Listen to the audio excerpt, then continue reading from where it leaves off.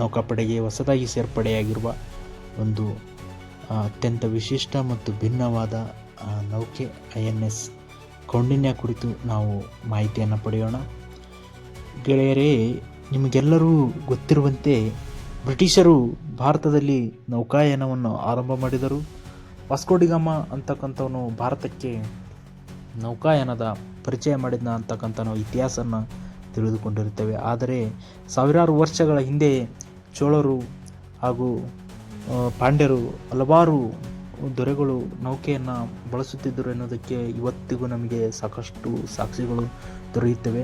ಅಂತಹ ಸಾಕ್ಷಿಗಳಲ್ಲಿ ಅಜಂತಾ ಗುಹೆಯಲ್ಲಿರುವ ಕಲಾಕೃತಿಯಿಂದ ಪ್ರೇರಣೆ ಪಡೆದು ಭಾರತೀಯ ನೌಕಾಪಡೆ ಕೌಂಡಿನ್ಯ ಹಡಗನ್ನು ಸಿದ್ಧಪಡಿಸಿದೆ. ಪ್ರಾಚೀನ ಭಾರತವು ತಂತ್ರಜ್ಞಾನ ಮತ್ತು ನೌಕಾಯಾನದಲ್ಲಿ ಎಷ್ಟು ಮುಂದಿತ್ತೆಂದು ಇಂದಿನವರೆಗೆ ಪರಿಚಯಿಸುವ ಉದ್ದೇಶ ಇದರ ಹಿಂದಿದೆ. 5ನೇ ಶತಮಾನದಷ್ಟು ಹಳೆಯ ವ್ಯಾಪಾರಿ ನೌಕೆಯೊಂದರ ಪ್ರತಿರೂಪದ ಕೌಂಡಿನ್ಯ ಡಿಸೆಂಬರ್ 29ರಿಂದ ಸಂಚಾರ ಆರಂಭಿಸಿದೆ.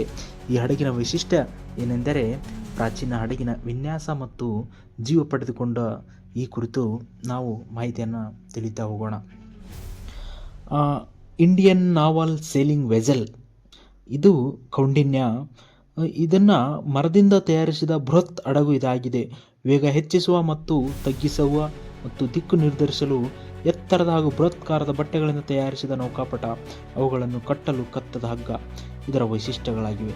5ನೇ ಶತಮಾನದಲ್ಲಿ ಭಾರತ ಸಮುದ್ರಯಾನದಲ್ಲಿ ಇದೇ ರೀತಿಯ ವಿನ್ಯಾಸ ಮಾಡಲಾಗುತ್ತಿತ್ತು. ಅದೇ ಪ್ರಾಚೀನ ತಂತ್ರಜ್ಞಾನವನ್ನು ಬಳಸಿ ಭಾರತೀಯ ನೌಕಾಪಡೆ ಕೌಂಡಿನ್ಯ ಹಡಗನ್ನು ನಿರ್ಮಿಸುವುದನ್ನು ನಾವು ಗಮನಿಸಬಹುದಾಗಿದೆ. ಪ್ರಾಚೀನ ಜ್ಞಾನ ಮತ್ತು ನೌಕಾಶಾಸ್ತ್ರದ ಪರಂಪರೆಯನ್ನು ಮತ್ತೆ ಮೆಲುಕು ಹಾಕುವ ಒಂದು ವಿಶಿಷ್ಟತೆ ಇದರಲ್ಲಿ ಅಡಗಿದೆ. ಈ ಹಡಗಿನಲ್ಲಿ ಇಂಜಿನ್ ಇಲ್ಲ, ಲೋಹದ ಮೊಳೆಗಳಿಲ್ಲ, ಅಂದರೆ ಯಾವುದೇ ಕಬ್ಬಿಣ ಅಥವಾ ಲೋಹ ಬಳಕೆಯಾಗಿಲ್ಲ. ಹಡಗಿನ ದಿಕ್ಕು ತೋರಿಸಲು GPS-ನಂತಹ ಆಧುನಿಕ ಸಾಧನಗಳಿಲ್ಲ. ಕೌಂಡಿನ್ಯಕ್ಕೆ ಗಾಳಿಯೇ ಇಂಧನ ಹಾಗೂ ದಿಕ್ಸೂಚಿ. ಈಗ ಅದರ ಸಂಚಾರವೂ ಕೂಡ ಆರಂಭಗೊಂಡಿದೆ. ಹೌದು, ಭಾರತ ವಿಜ್ಞಾನ, ತಂತ್ರಜ್ಞಾನ, ನೌಕೆ, ಖಗೋಳಶಾಸ್ತ್ರ ಸೇರಿದಂತೆ ಹಲವು ರಂಗಗಳಲ್ಲಿ ಸಾವಿರಾರು ವರ್ಷಗಳ ಹಿಂದೆ ಮಾಡಿದ ಸಾಧನೆ ಅಸಾಧಾರಣವಾದದ್ದು. ಆದರೆ ಭಾರತೀಯ ನೈಜ ಮತ್ತು ಉಜ್ವಲವಾದ ಇತಿಹಾಸವನ್ನು ಮರೆಮಾಚಿ ಸುಳ್ಳುಗಳನ್ನೇ ದೀರ್ಘಕಾಲವರೆಗೆ ವಿಜೃಂಭಿಸಲಾಯಿತು. ಭಾರತಕ್ಕೆ ನೌಕಾಯಾನವನ್ನು ವಾಸ್ಕೋ ಡಿ ಗಾಮ ಪರಿಚಯಿಸಿದನು ಎಂದು ಹೇಳಿಕೊಂಡು ಬರಲಾಯಿತು. ವಾಸ್ತವವೆಂದರೆ ಭಾರತೀಯ ನಾವಿಕರು ಹಾಗೂ ವರ್ತಕರು ಸಾವಿರಾರು ವರ್ಷಗಳ ಹಿಂದೆ ವ್ಯಾಪಾರ ಮತ್ತು ಅನ್ವೇಷಣೆಗಾಗಿ ಹಿಂದೂ ಮಹಾಸಾಗರದ ಮೂಲಕ ಮಧ್ಯಪ್ರಾಚ್ಯವಲ್ಲದ ಹಲವು ರಾಷ್ಟ್ರಗಳನ್ನು ತಲುಪಿದ್ದರು.